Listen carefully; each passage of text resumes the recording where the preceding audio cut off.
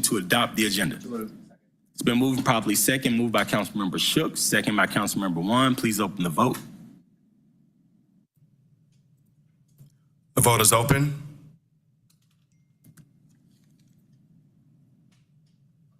The vote is closed. 4 yeas, 0 nays. The agenda has been adopted. Can we have a motion to approve the minutes? It's been moved and properly second, moved by Councilmember Shook, second by Councilmember Wan. Please open the vote. The vote is open. The vote is closed. 4 yeas, 0 nays. The minutes have been approved. Perfect. We have public comment today. The speaker we see signed up is Miss Abby Patterson. And committee members, my name is Abby Patterson. I'm with the North American Insulation Manufacturers Association, and we want you to know that glass recycling is alive and well in the ATL. Our member companies, we have 4 located near the Atlanta area that take most of the glass that is recycled in your curbside recycling program here in the city of Atlanta.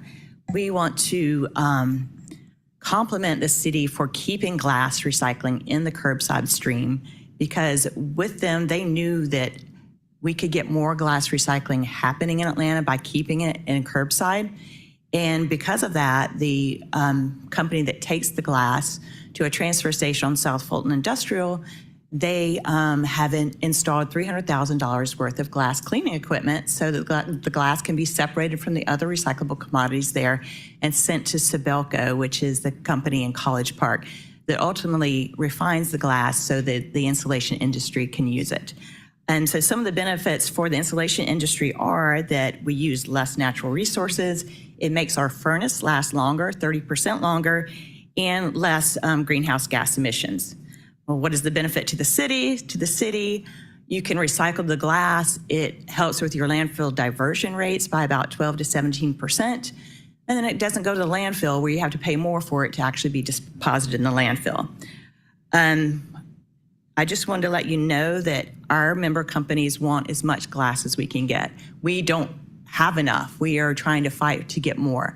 So I just wanted to commend the city, the Public Works Department, the Office of Sustainability for making sure that glass stays in the curbside recycling program. And I have some recycling glass totes that I'll be giving to you later through your office, and hope that you can use it going forward. And if you have any questions, please feel free to reach out to me. Thank you. Councilmember Wan.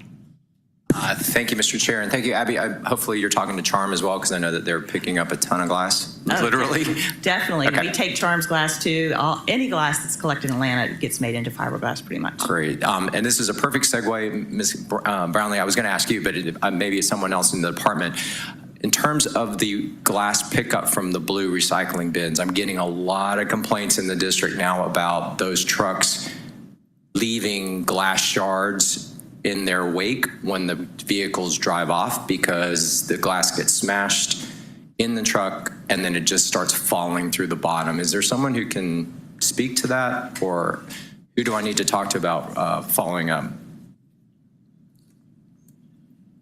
Hey, good morning. Good morning. Deputy Commissioner Keith Robinson. Yes, we can follow up and have a discussion about that. This is the first time I've heard about that, so we can kind of look at and kind of evaluate what's happening with the shards in the vehicles. Okay, yeah, definitely, because to Ms. Patterson's point, the word in that neighborhood now is don't put glass in the recycling bins, because that's going to happen. So it makes it counterproductive, but I'll reach out and we'll figure something out. All right, thank you. Thank you. Thank you. Thank you again, Ms. Abby, for coming down today. Today we have presentations, but before we get into our presentations, we've been honored to be joined today by our new Commissioner of Public Works and our Deputy Commissioner. So I wanted to have our new Commissioner and Deputy Commissioner come up and introduce themselves. Commissioner Turner, please. Tell us a little about yourselves. Welcome you to Atlanta. So I'm Cyril Turner, the new Commissioner of Public Works, and have been in Atlanta since 1979, coming here for college, and have fallen in love with the city, and this is really an opportunity to really contribute back to the city that I love so much. My prior employment includes Delta Airlines and the Coca-Cola system, and Have really enjoyed being here and look forward to working with each and every one of you. I'm sure I'll hear from you. Thank you. Anything from my colleagues? Welcome, Commissioner Turner. Thank you. Our deputy commissioner is here as well, and that's Commissioner McKinney. Tell us a little about yourself and welcome to Atlanta. Good morning, all. Good morning. Atlanta's a great place to be in. So, Eugene McKinney. I've worked in this business about 35, 36 years, spending more than 20 years on the front line, the last 15, 16 in management at different levels. I'm a retiree of the city of Tampa down in Great Florida. I've spent time in several municipalities leaning out their processes. Now I'm willing to come here to the city of Atlanta, learn from the team here, and provide some knowledge and take the city to the next level from good to great. I'll tell you, I spent a little time in Tampa and in Bradenton and in Brandon. Yes. So for ASME, when I was working with ASME, so one of the cleanest cities I've ever been into. So excited to see what you're about to do in our area.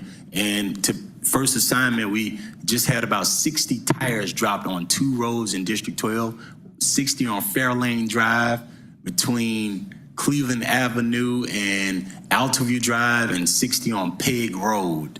And so we've had a tire for some reason. The last 3 or 4 months, we had tires just drop all over the community. So we are looking forward to working with you with that. I typically will work with Commissioner Garment by just sending him those and sending him the address. So I'll be looking forward to our meeting and making sure I get a contact in the office so that we can keep the same type of relationship, because I know our community was happy with that relationship. Thank you again, and I know what Tampa looks like. I'm excited to see what we continue to do in our city. Anything from my colleagues? Thank you and congratulations. Welcome to Atlanta. Thank you all. We have a presentation today from the Office of Sustainability and Resilience. We get the quarterly report update. Thank you, Commissioner Farley. Good morning, committee. Thank you, Councilmember Lewis, and to the whole committee. I'm Chandra Farley, Chief Sustainability Officer for City of Atlanta. I'll be joined today by Deputy CSO Seidel and our Urban Agriculture Director, Jayalu Baiwu, as we try to take at least 1 or 2 quarters to deep dive on particular initiatives and particularly those questions that have been raised by committee.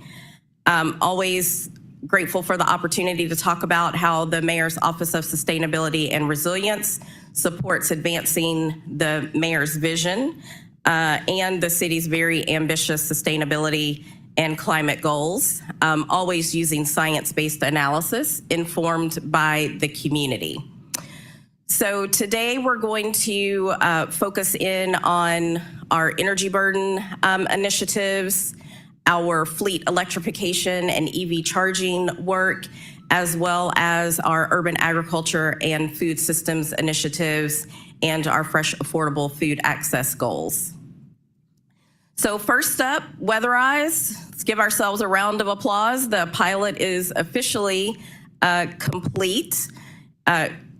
Very proud of the key accomplishments. We've talked to this committee quite a bit about the progress, the homes canvas, the survey is completed.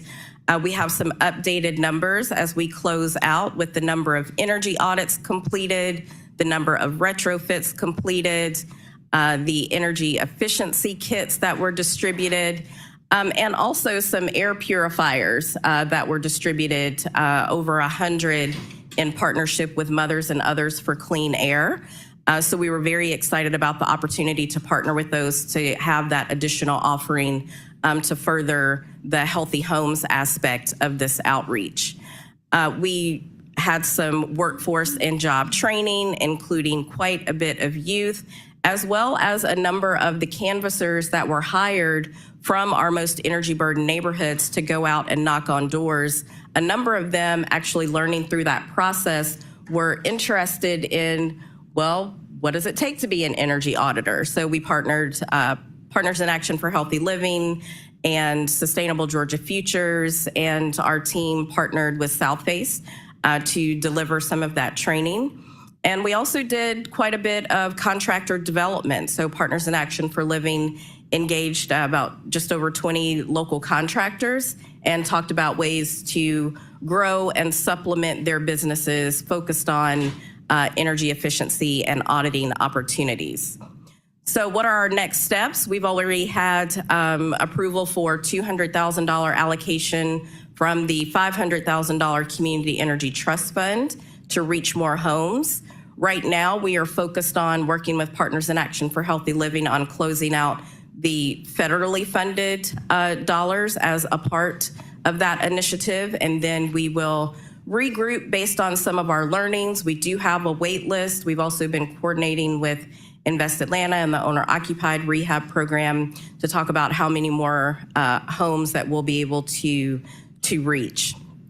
I do want to address that we were certainly dependent on our multi-jurisdictional $156 million Solar for All award. That was canceled by the current administration 3 days after we announced the first program of that. I think we probably should not have been surprised, but Solar for All had flown under the radar for quite some time. So where are we with that? We're back to square one. Funding to buy down the cost of solar to make it more accessible to families that are energy burdened and households in the mid to low income range. So we continue to work on those opportunities so that we are making sure that just because of the posture of the federal administration doesn't mean that we will abandon any of our work, particularly to address Atlanta's energy burden. So just last night, we had our last neighborhood activity for community engagement in a quadrant workshop format for our Climate Resilience ATL Action Plan. This is a snapshot of our engagement to date. We want to thank our Stakeholder Engagement Director, Beth Graham, our partners at Hummingbird Firm, my entire office who pitches in on these events, and our Climate Resilience Advisory Board, in addition to all of the Atlantans that have taken our survey, stopped by our tables at events like Atlanta Streets Alive, the Piedmont Park Arts Festival, and we will be hosting a wrap-up event on September 30 here at City Hall. And this will be an opportunity to present the recommendations that we have received so far to the community. We're going to cull down those over 2,000 or so recommendations that we have into 25 to provide the community and Atlantans a broader option to help us prioritize. We will still be on track to deliver the Climate Resilience Action Plan to our Climate Resilience Advisory Board, which is open to the public at our final board meeting in December of this year. And we also just launched an effort to develop the city's first climate risk and vulnerability assessment. That is more of the scientific analysis to understand how our climate perils, heat, flood, and drought are impacting our city now and how they will continue to impact our city going forward. And next, I will turn it over to Deputy Chief Sustainability Officer John R. Seidel, who leads our electric vehicle and fleet electrification portfolio. Hey everybody, John R. Seidel, Deputy Chief Sustainability Officer. So there's a lot going on in the electric vehicle space, both locally in Atlanta as well as federally. I think it's important to point out that the most recent Triple B bill at the federal level for anybody who's interested in purchasing electric vehicles, including for our fleet here, has until September 30th to get that vehicle purchased and delivered to be able to realize that up to $7,500 tax credit on new vehicles and $4,000 on used vehicles. It's also important to point out that if you're a city or local government that's trying to install electric vehicle charging, there's also a tax credit available. The base 6% to as much as 30%. That also expires June 30th of 2026. So there's a lot of electric vehicle charging that the city of Atlanta is focused on between now and June 30th, 2026. And we'll go through some of that progress here. So the City of Atlanta, hearing our community as well as our employees, and to help also support our fleet and zero emission and green fleet efforts, we adopted a short-term and ambitious goal of adding 250 electric vehicle charging ports across Atlanta, whether that's through partnerships, whether that's through utilizing City of Atlanta-owned spaces and parking lots and garages. We're looking at an all-the-above approach. And so I just had my Department of Procurement training yesterday on the new system that they're going through. And so we have the first procurement going through that to test out the new the new procurement process for a really super exciting model where the City of Atlanta wouldn't have to pay what we're calling a cost neutral or potentially cost positive revenue generating opportunity to put DC fast chargers and level 2 chargers at city owned sites and then split revenues with those third party companies. But really also trying to utilize not just in high demand areas, but in low charging access communities. So that's West, Southwest, and South Atlanta. And so that is just beginning. We're really excited to try and push that through as quick as possible.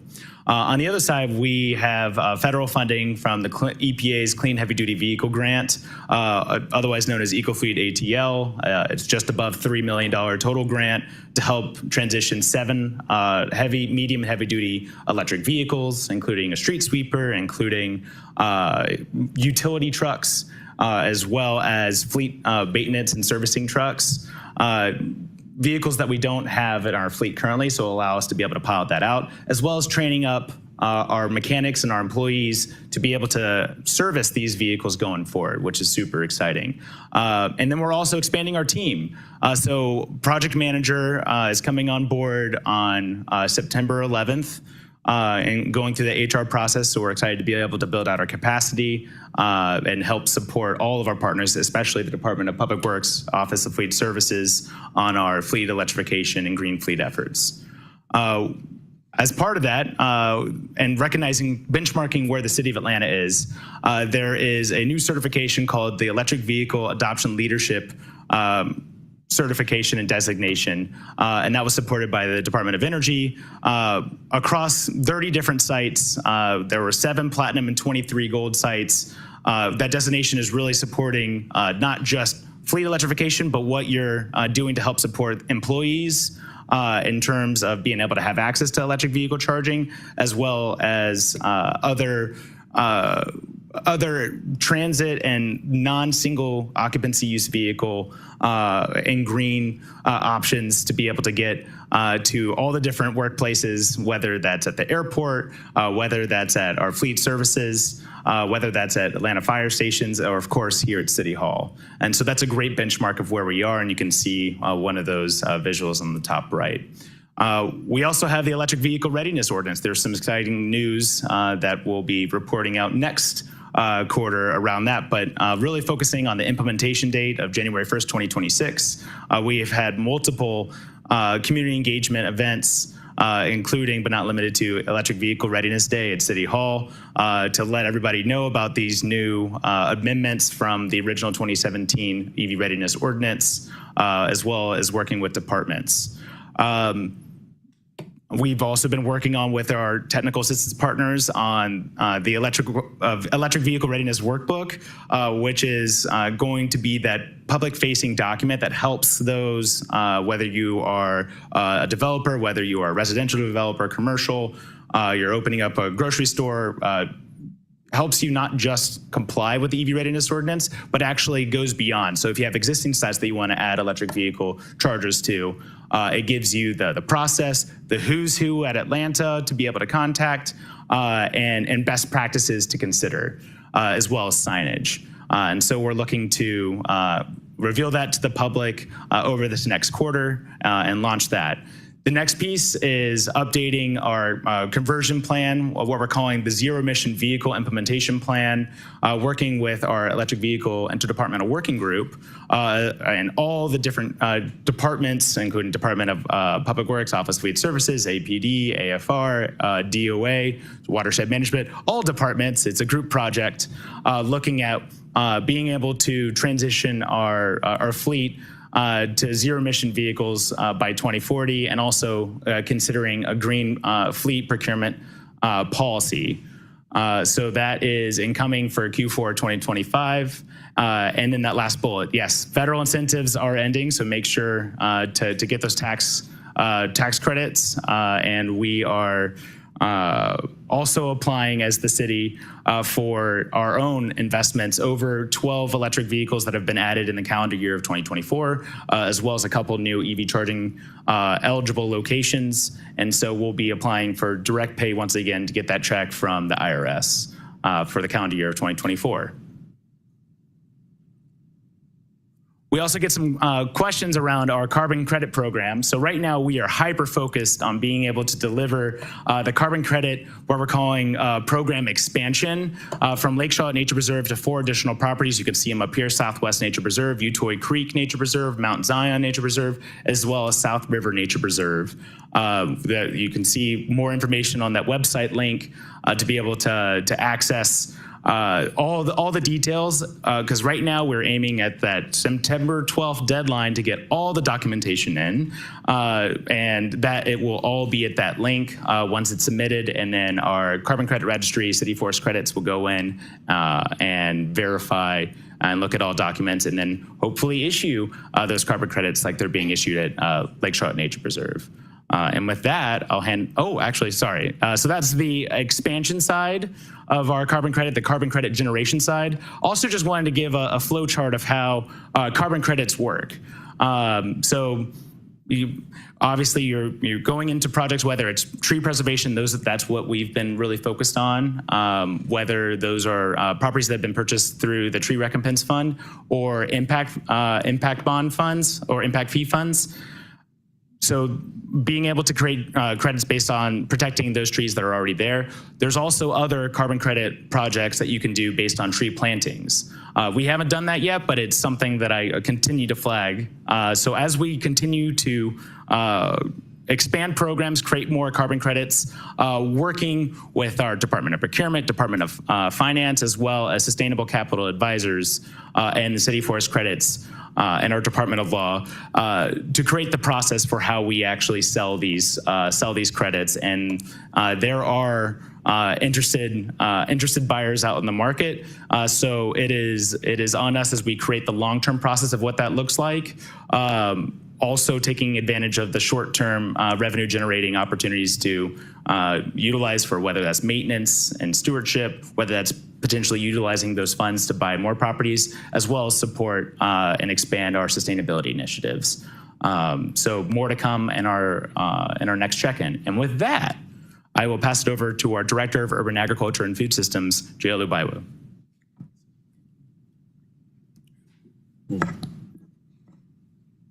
Right. Greetings, everyone. So just want to take a couple of moments to talk about some of our City of Atlanta Fresh Food Access and just other updates as far as urban agriculture and food systems. For this map, we just want to remind folks that our goal is that all residents live within a half of an accessible mile of fresh, affordable, and nutritious food.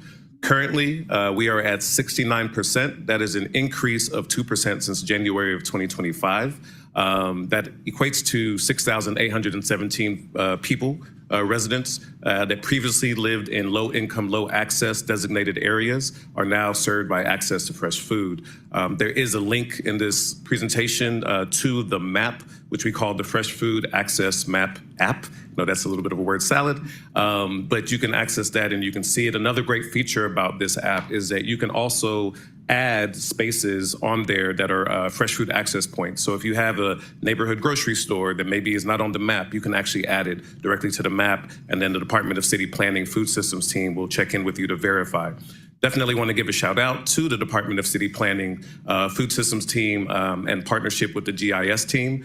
They're responsible for the mapping and tracking of residents, the percentage of residents within a half a mile. They're a great resource.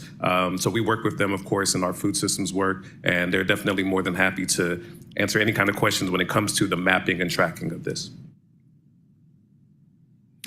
American Rescue Plan Act, also known as ARPA, as far as our updates. So we are wrapping up our ARPA work.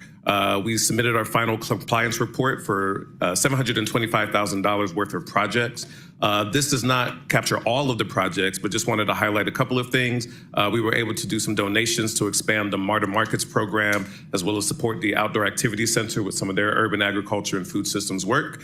We were able to do some physical repairs to 2 of our Atlanta Grows-A-Lot sites. That's the City of Atlanta program that utilizes vacant and underutilized city-owned property and is able to offer them up to the community for urban agriculture, gardens or farms, or even a food forest. We were able to administer 2 mini grant programs with some leading urban agriculture organizations, Habisha Inc. and Nature's Candy Farms. We awarded 47 grants. On average, those grants were about $3,000. Of course, some were more, some were less. Atlanta Food Future is a community input via listening sessions, engagement events, hundreds of constituent services. So we did that with We did that with Blue and Green Consulting, which is also another great partner. And then capacity. Of course, we're always looking to increase capacity so we can do more work, be more impactful and more effective. So we were able to increase our team capacity by hiring 2 fellows who conducted a variety of activities, including site visits, volunteer programs, hosting, engagement events, supporting the ARPA programs, of course, and more things. A picture on there is for Amina Robinson, who is the last of our fellows who will be completing their time with the City of Atlanta at the end of September. Just a quick example of some of the food system stakeholder engagements we've done. So it was already mentioned, of course, Climate Resilient ATL. Last week at the Connects, we actually had a urban agriculture and food systems focused intersection with Climate Resilient ATL. So that was a great event where we were really excited to have community show up and provide a lot of input. So that number of 1,200 responses or recommended actions is going to continue to grow. We have a Urban Agriculture Food System Steering Committee, which is connected to the Urban Climate Resilient Steering Committee, Atlanta Food Future, we talked about that a little bit. And then there's also the working group. So we've been doing a lot of stakeholder engagement. As already said by Chief Sustainability Officer Farley, our information and our work needs to be data informed. So we know that stakeholder engagement is a key part of that. You are still able to take the Food Ecosystem Survey. Again, this is being facilitated by our great partners, Blue and Green Consulting. So if you click on this QR code, you can provide your input. The survey takes about 5 to 7 minutes, depending on your pace. But it's a wonderful opportunity for all Atlantans, regardless of your NPU, neighborhood, realities of your food access, to provide input as far as what you're experiencing when it comes to food, as well as what you would like to see. And as far as some of the next steps, so some of the priorities for the rest of calendar year 2025 include finalizing recommended actions for Climate Resilient ATL Action Plan. We're going to publicly launch the Community Compost Food Waste Reduction Grant. This is a grant that we received from the U.S. Department of Agriculture. It's been a while trying to get this launched, so we're looking forward to being able to launch that by the end of this calendar year. Reestablishing a City Pollinator Council. I know Councilmember Juan several years ago, when we had the Bee City resolution and things of that nature, part of that comes with establishing a Pollinator Council. So we haven't had one for some years, so we look forward to reestablishing the Pollinator Council. And then evaluation summary and recommendations from Atlanta Food Future, Urban Agriculture Food System Steering Committee, et cetera. So we have a lot of data that we need to comb through, evaluate, summarize, and then provide our recommendations from there. So that being said, appreciate everybody's time. Okay, I'll go ahead with this one too. This is also a community survey for the Climate Resilience Action Plan. My colleague Beth Graham is behind us as well. So this gives you a chance to provide community feedback. So even if you weren't able to attend any of the listening sessions or quadrant sessions, you still have an opportunity to take this wonderful survey for feedback. So thank you for your time. And I'll open it up for questions from my colleagues. I have about 3. So, Mr. Sedale, first, thank you so much for the reminder on the update for cars. The update that the opportunity to purchase a car with a tax credit in September 30th, right? So thank you for giving us that update. My question was around the EV program, or the program at Lake Charlotte, the carbon credit program. How has that been going? Where are we on that? It's been going well. It's been collecting credits. So it's been verified. Just the size and scale of Lake Charlotte Nature Preserve works out so that we don't get all the carbon credits at once. It comes in over a course of right around 4 years. So we just got our third tranche of carbon credits. So it's going well. We're collecting carbon credits, and as we develop that sales process, those are the credits that we're going to be utilizing to sell, as well as those hopefully that we're able to get through the expansion if we do it all right. And as I look at the parks that was chosen, the other 5, South River and Mount Zion Nature Preserve, which we just put up a beautiful sign. Thank you to our Parks Department. How did you choose the parks, the nature preserves that were chosen? So it's a great question, and so we work hand in hand with the Department of Parks and Recreation and their Office of Natural Resources team very closely on this program. And really what they did, first of all, whatever carbon credit you're trying to generate, you have to follow the protocol for that specific carbon credit. So the protocol for city forest credits is any property purchased within the last 2 years where you're going to be preserving a portion or all of the trees within that project area. So those happen to be the 4 major purchases with that intention. Like I said, 2 of those were purchased with tree recompense funds, so they had that intention. However, 2 others, this is our first time doing any carbon credits on locations that were purchased with impact fee funds. And super happy because we know that 2 of those, so 3 of the 5 are all in District 12, with 2 of those parks being purchased in the last 2 years in District 12 over there too. So super happy about that. One more question would be for our chair, Commissioner Farley. It would be around the canvassing efforts. I see 5,482 homes canvassed. How much money have we spent on that? So the canvassing effort led by Sustainable Georgia Futures, the city's allocation was approximately $221,000. However, there was external philanthropic support through the High Fund and Climate and Gender Justice directly to Sustainable Georgia Futures of around $750,000. So it cost about $1 million to do that effort. Now, that did not just include the canvassing. That included the training of the neighborhood ambassadors.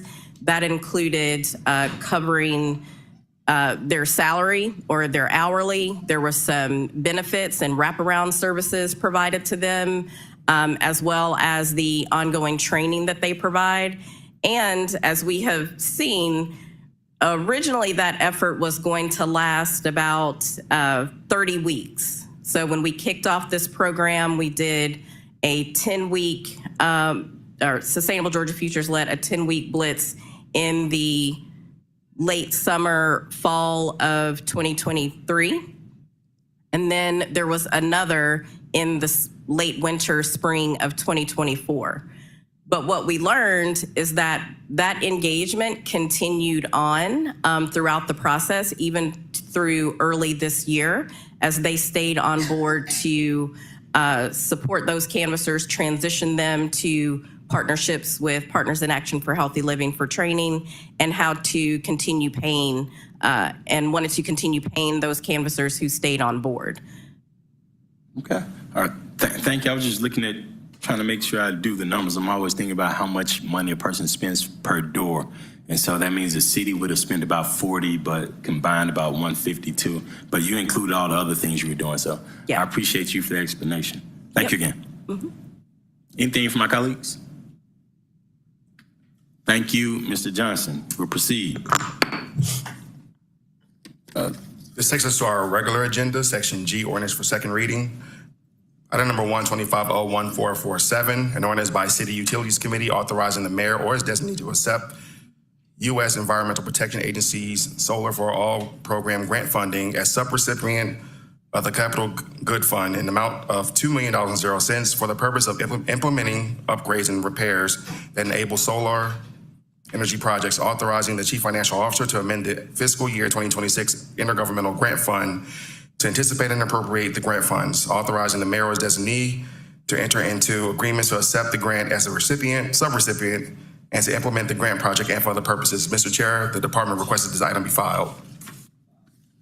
It's been moved and properly second, moved by Councilmember One, second by Councilmember Westmoreland. Please open the vote. The vote is open. The vote is closed. 4 yeas, 0 nays. This item is filed by committee. Item number 225-01448, an ordinance by City Utilities Committee authorizing Chief Financial Officer to amend the FY 2026 Water and Wastewater Renewal and Extension Fund budget an amount of $3 million to transfer funds from watershed reserves for appropriations and add funds to the rejuvenation of historic Fourth Ward green infrastructure project and for other purposes. Do my colleagues need anything from the department? Question from Mr. One, please. Thank you, Mr. Chair. This is more of a form question than anything. I understand in the comments on here, and plus the retroactivity of this, because we were operating on an expired contract, shouldn't we have language in the legislation that waives code so that we can do that? This may be for the law department.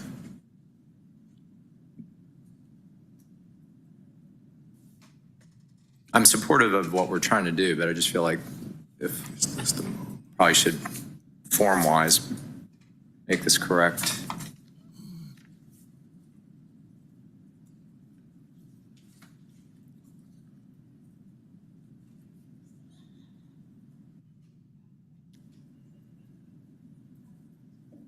Or is the technicality here simply that we're just moving funds, that we need to do a separate thing for the actual contract and payment? Wow, I've got Mr. Mandari furrowed over there.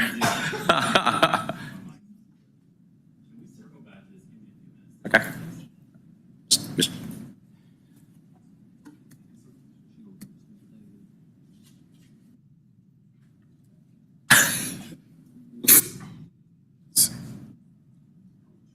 So can we hear from the department? Can we hear from the department on it?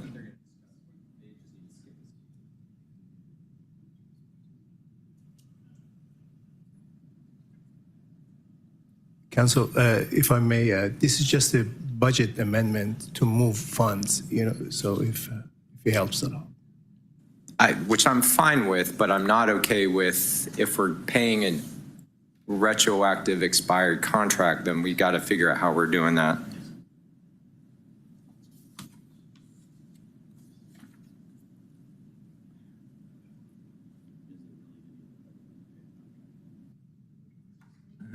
Maybe we do need to come back to this, Mr. Chair.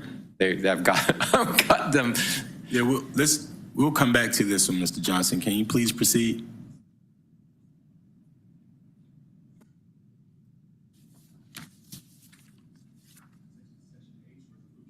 This takes us to Section H, resolutions. Item number 325R3818, a resolution by Councilmember Dustin Hillis to amend the Infrastructure Sustainability Task Force established by Resolution 24R4311 to modify its membership and for other purposes. Mr. Chair, this item will need to be amended. The amendment as Councilmember Norwood as the co-sponsor.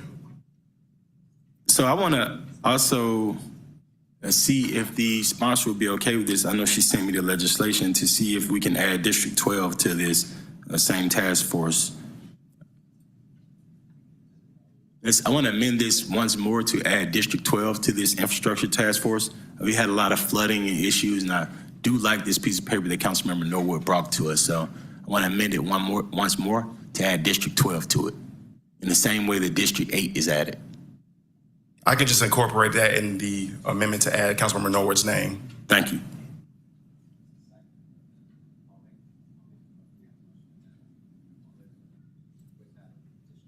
Second. It's been moved by Councilmember Juan, second by Councilmember Lewis. Please open the vote. The vote is open.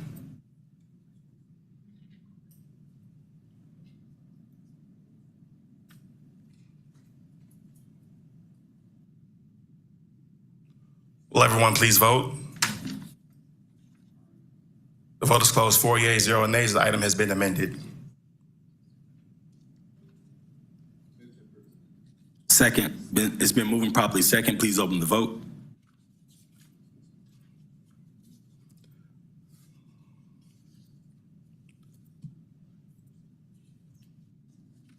The vote is open.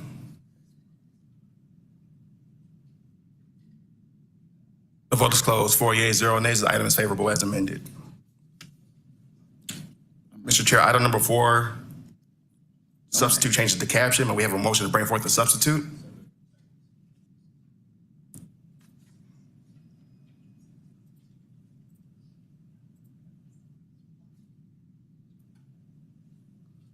The vote is open. The vote is closed. 4 yeas, 0 nays. The substitute is before you. The substitute increases the funding amount to $10 million and adds an additional account stream.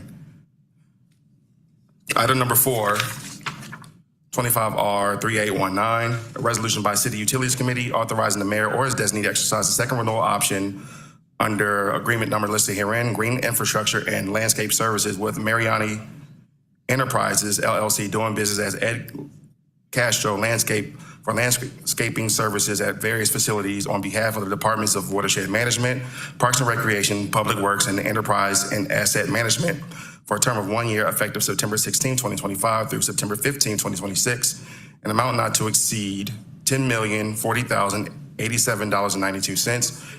All contractor work shall be charged to and paid from the fund department, organization, and account numbers listed herein and for other purposes. Been moving properly. Second. Please open the vote. The vote is open. The vote is closed. 4 yeas, 0 nays. This item is favorable on substitute. This takes us back to item number 2, 25O1448, an ordinance by City Utilities Committee authorizing the Chief Financial Officer to amend the FY 2026 Water and Wastewater Renewal and Extension Fund budget in the amount of $3 million to transfer funds from watershed reserves for appropriations to add funds to the rejuvenation of historic Fourth Ward Green Infrastructure Project and for other purposes. May I, Mr. Chair? Mr. Juan. Thank you. So I understand this paper is fine to go. We need to potentially need to revisit the actual underlying contract, but this is just moving money. So I'll make a motion to approve. Please open the vote. The vote is open.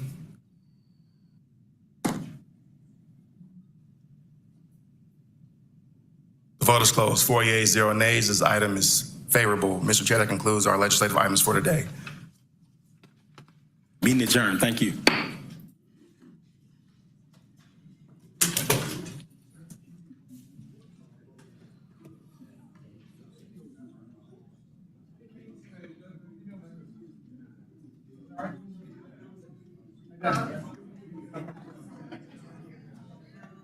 I need much later.